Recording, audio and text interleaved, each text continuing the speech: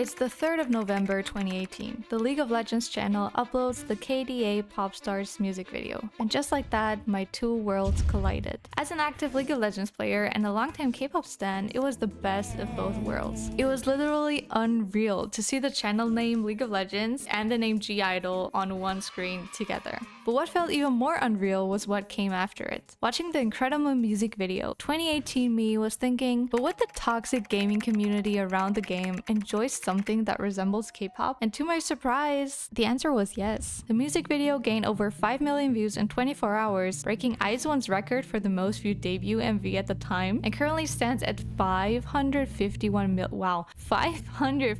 million views. KDA's Popstars became #1 on the Billboard World Digital Song Sales chart, beating out Fake Love by BTS, gained 300 million listeners on Spotify, and is still to this day part of K-pop random dance challenges, playlists, or news about 4th gen achievements. aespa, KDA made that, okay? A game company inspired Isuman to make his next big K-pop hit. Write that down, write that down! If you aren't into gaming, you're probably wondering, why? And the answer is simple: money. Yeah, just money. The characters you see in the music video are actually playable characters in the game League of Legends. KDA was made only to sell skins, which are the most important and most lucrative cosmetics of the game. The company behind it shared themselves that they did not expect this to take off and to gain so many fans as a virtual group this fast. A good half of them never even played League of Legends. Without them realizing, KDA soon became bigger than the game itself. KDA.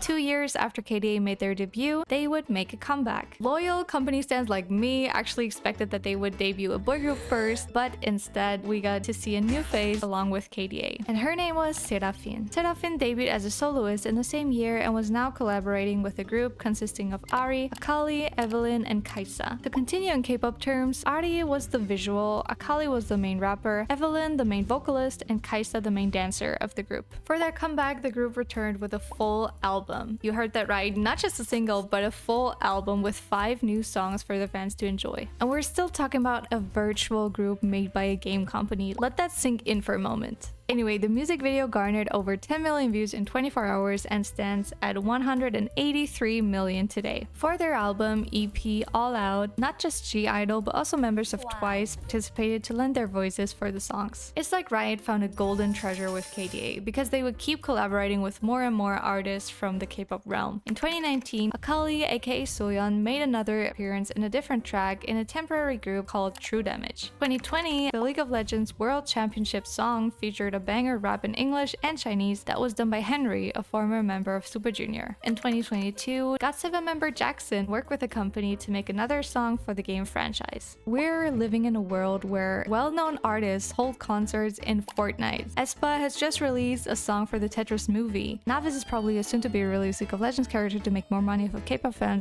The concept of aespa and the whole existence of mave and plave is arguably inspired by the success of KDA. They weren't the first to do it, but they started a revolution. Okay, maybe that's a bit dramatic. It's just insane to look back at it as someone within the worlds of both gaming and K-pop who never thought they could become one, only to see how influential KDA has become over the years. Fun fact. The name KDA, for those of you guys who don't know, it literally stands for kills, deaths, and assists, which is an important stat for every League player out there. Riot Games' best K-pop company, am I right? But Originating, they only did a K-pop concept to sell their cosmetics when K-pop got attention all over the world. And well, no, not really. Let me fill you in. The visual of KDA, the face of the group, her name is Ari. She is one of the game's most well-known characters to date. And they don't just have like 10, they actually currently have 163 playable characters in the League of Legends universe. When it comes to skins, Ari is one of the biggest money makers for the company, and she has a new skin pumped out every year. Her only real rival is this girl Lux, which is my favorite by the way, but they have a very different image. It's like Lux is the company representative sweetheart, but Ari is the CEO's daughter and company It Girl. Both of them have one of the highest amounts of cosmetic skins in the game. And if you look at Ari before KDA Popstars, there's one with a very similar name and a very familiar look. I think I've seen that somewhere. You see, League of Legends is huge in Korea. Not only is Korea regarded as one of the most skilled regions in the whole world when it comes to playing the game, but their player base is huge. I am not lying when I tell you that everyone and their mom's PC bang know what this game is about. about. And with Ari being the game's it girl, it's not really a surprise that she is full of fan service. Welcome to the League of Legends Champion Spotlight,